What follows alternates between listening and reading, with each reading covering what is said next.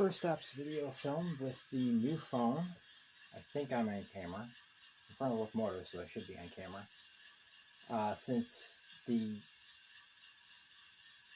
forward camera does that orange thing, I'll be filming this all with the rear camera, which is an AI dual camera, which has depth, and hopefully it's putting me in focus and not something behind me.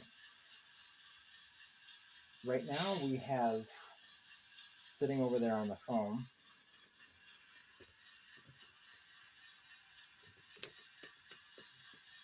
right there, we have the makeup of our train. Let's take a look at that. We're going to be making up.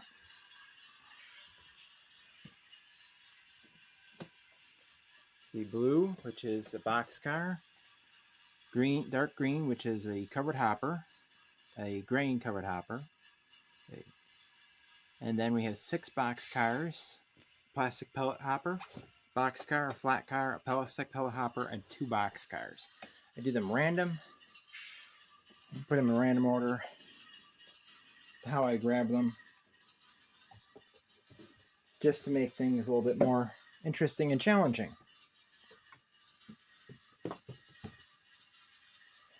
We have our locomotive. I suppose I could put the B&O on there too and consist them together, but I'm not going to. It's because it's all the way in the other room. So here is, over there we have what's on the layout, and you can see it's not very many. There's 3 plastic pellet hoppers at Cummins Plastics. There's 2 coal hoppers and a gondola at Fire and Earth Supply Company. I have 1 off-spot boxcar at the Freight House and 4 on-spot boxcars at the Freight House. 4 spotted boxcars at the Freight House. That is the fewest amount of cars that Freight House has ever had on it. Usually they have several off-spot cars. They have 4 that have to be pulled, 4 on each track that have to be pulled next time and such. But we have 14 cars coming in. 2 are for Cummins Plastics. 1 is for Humanity Feeds. And we won't be working Fire and Earth Supply on this video. We will be working the Freight Depot because of those 14, with 2 going to Cummins Plastic, actually 12, 1 going to Humanity Feeds. That makes 11 cars for the Freight Depot, 1 of which is a flat car, and some of those will have to be pulled next time, so they'll have to go into a place that they can be unloaded. And this might be the last time you see this layout before I'm taking it apart, because I got paid. I should have enough money that I can get the tools I need, which is the foam cutter and the Dremel tool. The one I'm looking at is much more inexpensive set. That's from Harbor Freight's company, Chicago Electric. That's like $22 for something that's $69 a Dremel. Mom said something about getting me a Dremel tool for my birthday, which is in 3 months from now. I don't want to wait that long, so she might get me that beforehand. I don't know. If she does, then I'll have a Dremel, and if not, it'll be a Chicago Electric, which is what I can afford. And don't bother with comments saying you get what you pay for, because only rich people say that. And it bugs, drives me nuts when people say that, because I have gotten a lot of good stuff for very little money. So how we do this is we have our stack here.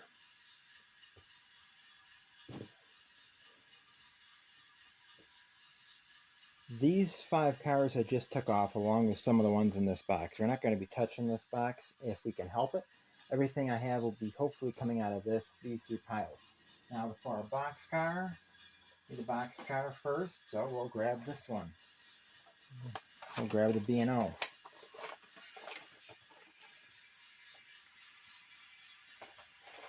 And down. This says Concord, but I don't think it is. I think this one's the Hotco. Made in Austria. I might say USA, but that's Austria. It might actually be Concord. I'm not sure. Yeah, I think this is actually... No, it can't be, because to cobble together. I'm not sure exactly what brand this one is, but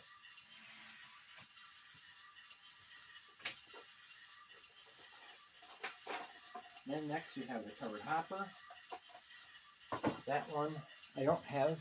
I have two more grain hoppers like this one, but they are currently out of service. One of them. I have three other ones. One of them, the couplers, yeah, three of them. A Santa Fe, the coupler kept catching. A Union Pacific, the coupler kept catching, and then I have a CB&Q one that needs to be put back together. I bought it; it was sort of in pieces. So this is an Athearn ready to roll, an older Athearn ready to roll, as you can tell from the box. This one is one of my first purchases. That was the second car I ever bought new, and I was very disappointed when I realized it had journal box on it. So yeah, that one I'm not sure how I'm going to work that in to a layout, because journal boxes were gone by the time of the big layout, and I don't know what I'm going to do about that one. I'll probably run it anyway, because big layout's going to have to take a lot of cars, and I don't have very many. Next we have the 6 boxcars, which that's going to be pretty much in era for the temporary law. It doesn't have any era, but July 1956 built Boston and Maine boxcar.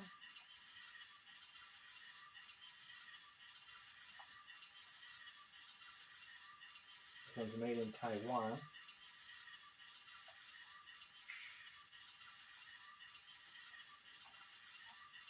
It's an AHM box. I'm not sure if it's an AHM. I don't think AHM are made in Taiwan. I think those are made in Yugoslavia. And then for our next boxcar, brand new car.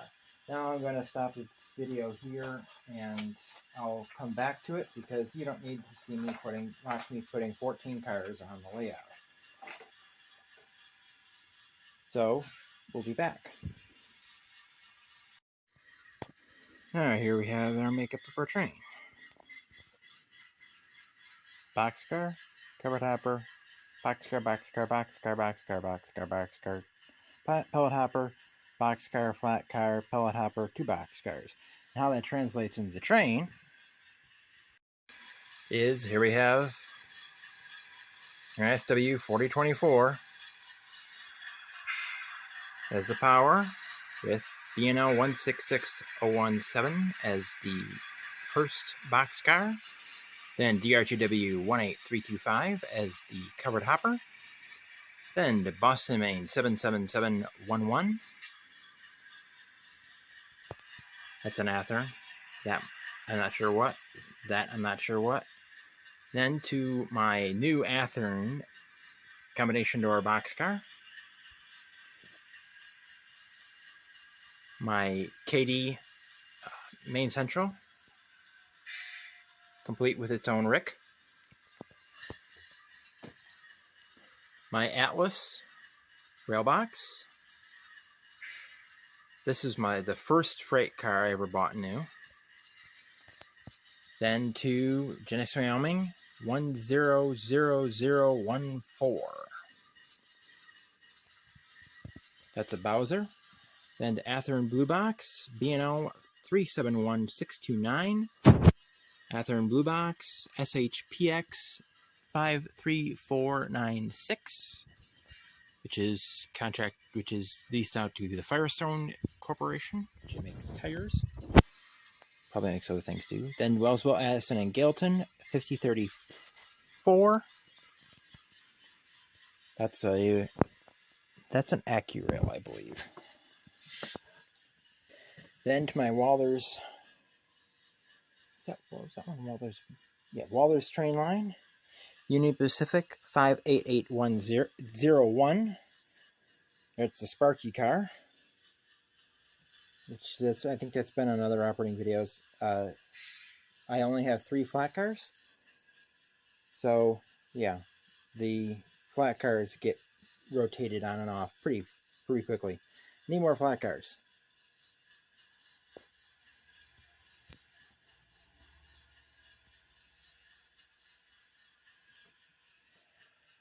We go to DRGW 15518,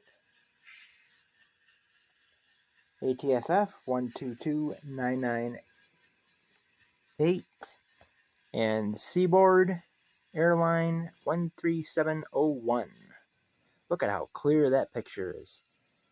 I thought my other phone did clear picture, but man, this does it so much better. And the fact that it focuses in as a better autofocus is really good. So those 2 are going to Freight House. That's going to Kevin's Plastics. That's going to Freight House. That's going to Freight House, Kevin's Plastics, and then all these box cars are going to the Freight House. And then that's going to Humanity Feeds, and that's going to the Freight House, and that's going to leave town with the outbound train. Which, today we don't have much work. We just have to spot those 3 cars, have to stay at Kevin's Plastics. There's nothing to pull at Humanity Feeds. I only have 2 covered hoppers that can go to Humanity Feeds, and one of them, only one of them was brought on today. The other one was taken off a couple of days ago. Those 3 cars at Fire and Earth Supply are not going to be touched, and we have nothing to go there, so that's not going to be switched at all. And then down there we have the 4 cars on that side to be pulled, and that car, I am not sure if that's going to be respotted for spotting, but that's got to be moved because Union Pacific flat car has to go where that is. So let's get started. And now you are high above. Back the train down. Locomotive is just up there. You're high above Kevin's Plastics. Here's a foot of the tripod. The other foot's over there. You are literally over the tracks.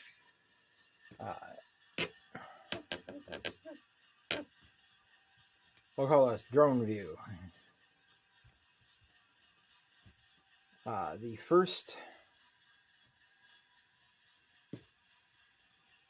since I can't get that Rio Grande car into Kevin's Plastics because there's not long enough of a lead, I'm going to be shoving these cars into the freight depot, and hopefully there'll be enough room for me to get that car into Humanity Feeds. So we have this switch is lined, this switch is lined.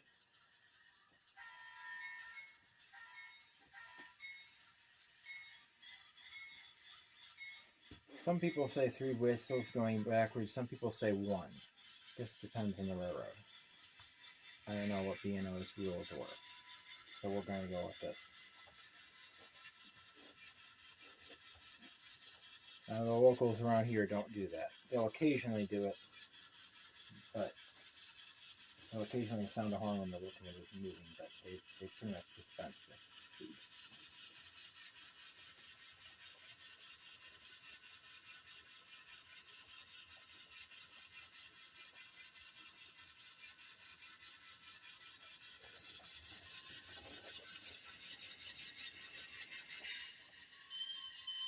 Okay, just a little bit more, and that Boston Main will clear the switch. Okay, so we got our Boston Main clear the switch.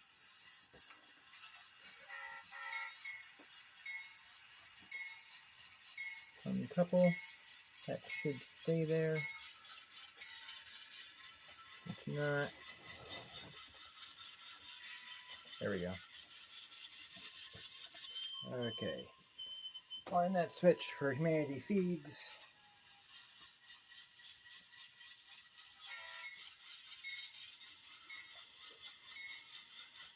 And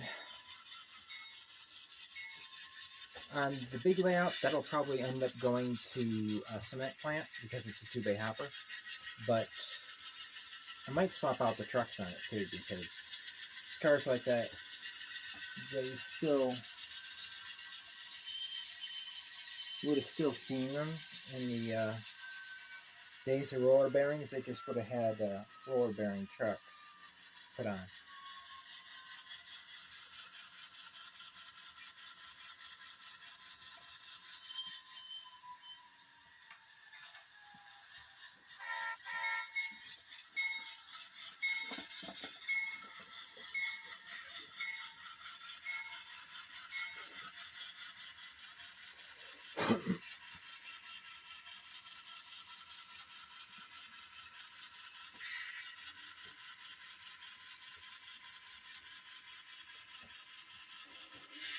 This is right now 62 watt, 62.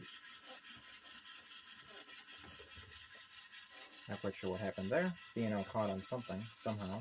I don't know what.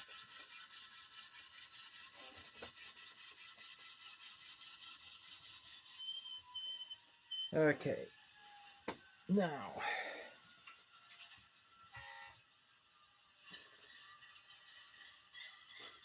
Next, what we're going to do, swing the camera around this way. We're going to take the WAG and we're going to uncouple it from the UP flat car. Then we're going to go over, we're going to couple it to the DLNW, which is over here.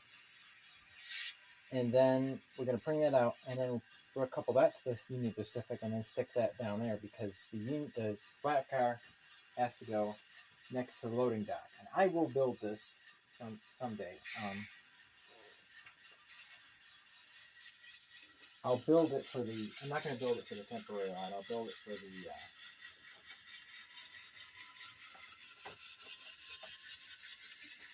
modular layout.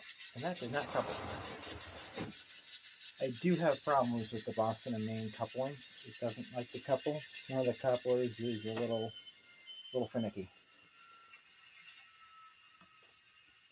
Now I might not have to. I just put this on the rails. Oh, that's not. Oh, that one's not on the rails. And that might roll right out to the WAG. Nope. Not quite. That is at a little bit of an angle. When it's in the modular layout, I'll figure out all those little bits and get it leveled off. It wasn't really that big of a concern here. I just take one of the trucks off the rails to hold it, much like setting the brakes. Model version of setting the brakes on a car on a slant. Take one of the trucks off the rails. Center, DLNW doesn't like to recenter. Quite a few of the cars have problems. But my work table is under there. So I can't really do anything at a workbench because it's supporting the layout right now.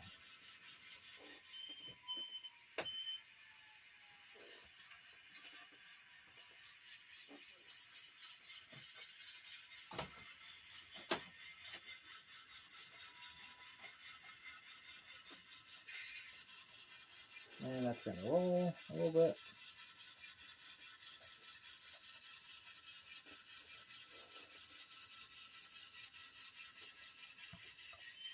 Now let's go. I'm going to go over and get my train makeup here. Okay, I'm going to make this into 2 parts. So I'll be back with the rest of it, and those who want to grow the collection, look at the links below. I don't promote those very often because I'm not comfortable begging people like to like and subscribe and all that stuff. I'm not comfortable doing that, so I just put them in there. They're there in every Model Railroad video, so For those who want to find them, they're there. Your choice. I'm not twisting your arm. But don't complain about it taking a while to do things, because I have a limited budget, a very limited budget. Probably the most limited of any of the model raretors. So, no calling me lazy. See you in the next video.